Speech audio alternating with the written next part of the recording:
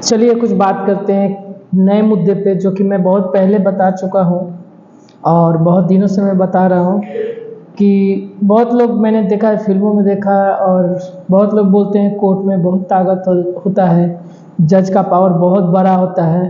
मैं किसी को गलत नहीं बोल रहा हूँ, लेकिन गलत है इसलिए मैं गलत बोलूँगा आज, कि लोग बोलते हैं जज में बहुत पावर है, हाई कोर्ट है, सुप्रीम कोर्ट है, डीएम में बहुत पूरे ज़िले का मालिक होता है, जो डिस्ट्रिक्ट मजिस्ट्रेट होता है, जो कि अभी पटना ज़िला के चंद्रशेखर जी हैं उनको।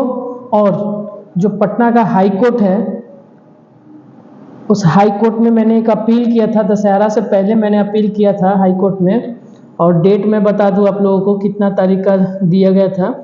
मैंने एक ऑटो किराए को लेके अपील किया था 1 महीना पहले, जो कि 21 तारीख 9 महीना 2024 में मैंने सेवा में registrar general high court Patna लिखा था मैंने कि मैं आपसे अनुरोध करता हूं कि पटना और पूरे बिहार में एक उच्चतम ऑटो किराया मूल्य लिस्ट जारी किया जाए, जो कि कहीं पे भी पूरे बिहार में नहीं, पूरे बिहार में कहीं पे भी आप चले जाएं, ऑटो का किराया इतना ज़्यादा है। खासकर पटना में मैंने देखा है कि आपको 1 किलोमीटर हो, 2 किलोमीटर हो या 5 किलोमीटर हो, आपको 15 से 20 रुपया देना पड़ेगा, क्योंकि यहाँ पे किसी का चलती नहीं है। यहाँ पे इतने गुंडे हैं बिहार में, जो कि हर जगह ऑटो का स्टैंड बना दिए हैं, पैसे लेते हैं उनसे।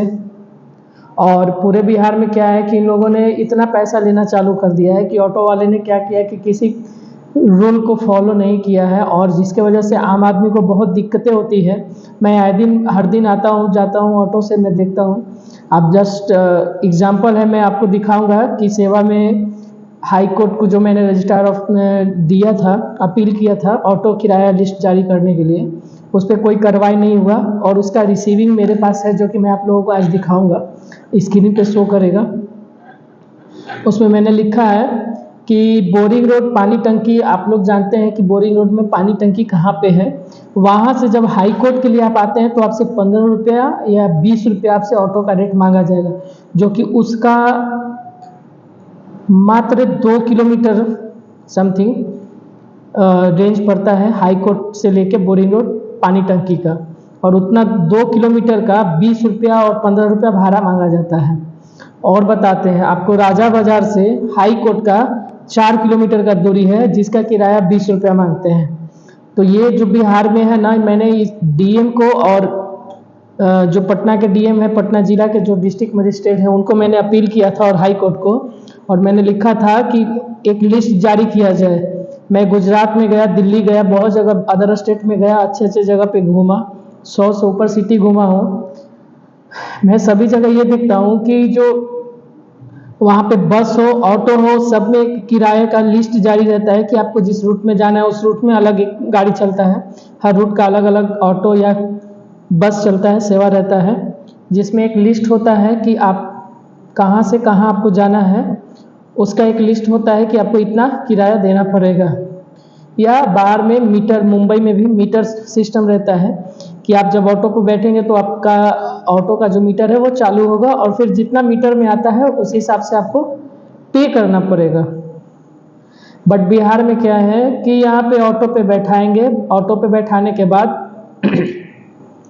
क्या करते हैं कि 2 किलोमीटर हो या 10 किलोमीटर हो या 6 किलोमीटर हो, बहुत ज़्यादा किराया लिया जाता है, कोई लिस्ट जारी नहीं किया जाता बिहार में। और यहाँ पे रंगदारी बहुत है।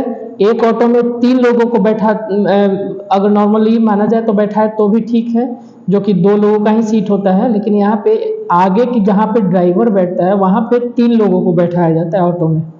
लेफ्ट साइड से 2 लोगों को बैठाते हैं, राइट साइड से 1 को बैठाते हैं, तो आगे हो गए 3, बीच में 2 लोगों का जगह रहता है, बैठाता है 3, हो गया 6 लोग। तो ऑटो रहता है छोटा सीएनजी, वो हो जाता है ओवरलोड, जिसके वजह से आए दिन घटना घटते रहती है, और किराया भी उतना ही लिया जाता है 15 से 20 रुपया, जो कि पैसेंजर एक बैठे या ज़्यादा बैठे उससे वो मायने नहीं रखता है। मायने ये 2 ही चीज़ रखता है कि एक तो गाड़ी ओवरलोड ना हो, दूसरा एक उच्चतम जो किराया हो 2 किलोमीटर या 5 किलोमीटर जो हो, उसका नॉर्मल भाड़ा होना चाहिए 10 रुपया। अगर 2 किलोमीटर 3 किलोमीटर तक है तो उसका उच्चतम किराया 7 रुपया होना चाहिए। और उससे ज़्यादा अगर 10 किलोमीटर जाता है कोई तो उसका किराया 15 रुपया होना चाहिए। मैंने लिखा है कि एक लिस्ट जारी किया जाए जिसमें कि उच्चतम किराया 2 किलोमीटर का 5 किलोमीटर का किराया 15 रुपया से 20 रुपया मांगा जाता है, जो कि किराया होना चाहिए 2 किलोमीटर का 7 रुपया और 5 किलोमीटर है तो 7 रुपया या 8 रुपया बहुत है। अगर 10 किलोमीटर होता है तो 12 से 15 रुपया काफ़ी है ऑटो का किराया। और यहाँ पे क्या है कि मैंने बस में भी देखा है कि जो गांधी मैदान से बीटा IIT के लिए बस जाता है उसमें मैंने ये देखा है कि उसमें किराया इतना ज़्यादा लिखा हुआ है। जब अगर सरकारी बस है तो फिर उसमें इतना हाई क्यों किराया किया गया है। गांधी मैदान से बीटा IIT के लिए 65 से 70 रुपये आपको पे करना पड़ता है। पूरा बस ओवरलोड रहता है, जहाँ पे सीट है 25 लोगों का वहाँ पे 100 लोग जाते हैं बस में। ओवरलोड किराया बहुत ज़्यादा है। और उससे अच्छा मुझे ये लगता है कि यहाँ पे जो नगर निगम का नॉर्मल जो गाड़ी चलता है ना, वो मुझे पटना अच्छा लगता है, क्योंकि उनका किराया बहुत ही कम 5 से 7 रुपये में आप अच्छा खासा दूरी तय कर सकते हैं। और जो सरकारी बस है CNG है, वो मैं देख रहा हूँ कि उसमें बहुत ज़्यादा किराया वसूला जाता है। दूसरा चीज़ कि यहाँ पे जो बस का सुविधा है वो तो है, बट बीटा के लिए 2 से 3 बस ही जाते हैं, जो कि हर 3 घंटे या 2 घंटे पे एक बस होती है। उसको और ज़्यादा बढ़ाया जाए।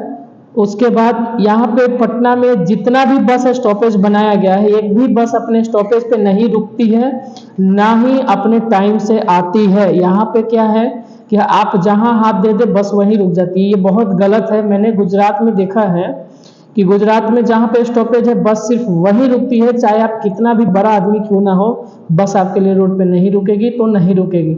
जो उसका स्टॉपेज है आप वहाँ जाइए, वहाँ पे उसका टाइमिंग है कि कौन सा बस कब जाएगी, किस रूट के लिए जाएगी और कितने बजे जाएगी।